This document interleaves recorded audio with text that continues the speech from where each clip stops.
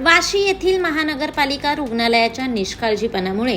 संगीता खरात या महिलेचा 18 एप्रिल रोजी प्रस्तुती दरम्यान दुर्दैवी मृत्यू झाला होता.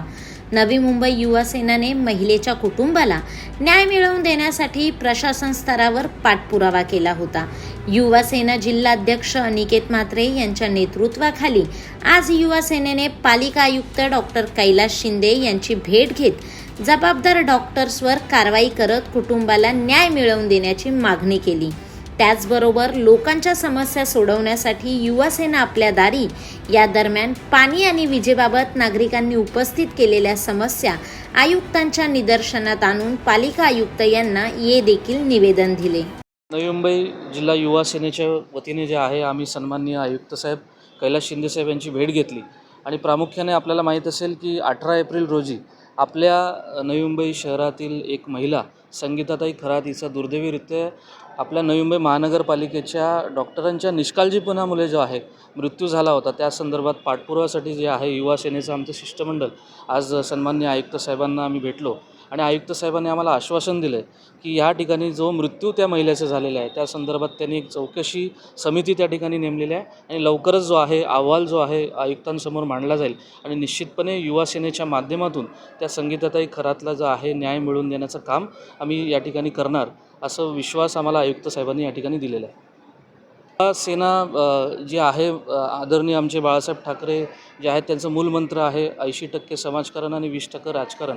हे मूलमंत्र घेऊन जे आहे युवा सेना जे आहे सातत्याने आम्ही पाठपुरावा करत आहोत. चौकशी आहे, चौकशीला वेळ लागतो आहे आणि जे डॉक्टर्स जे आहे या ठिकाणी नेमलेले आहेत आणि निश्चितपणे मला विश्वास आहे की येणाऱ्या महिन्याभरात जो आहे अहवाल सादर केला जाईल आणि दोषींवर जे आहे कडक कारवाई केली जाईल अशा आश्वासन आम्हाला आयुक्त साहेबांनी या ठिकाणी दिलेलं आहे. त्याचसोबत आपल्याला माहीत असेल की नवी मुंबई शहरामध्ये जे आहे विविध बहुउद्देशीय इमारती आहेत ज्या भाड्या तत्त्वावर दिल्या जातात आणि भाड्या तत्त्वावर देत असताना त्या ठिकाणी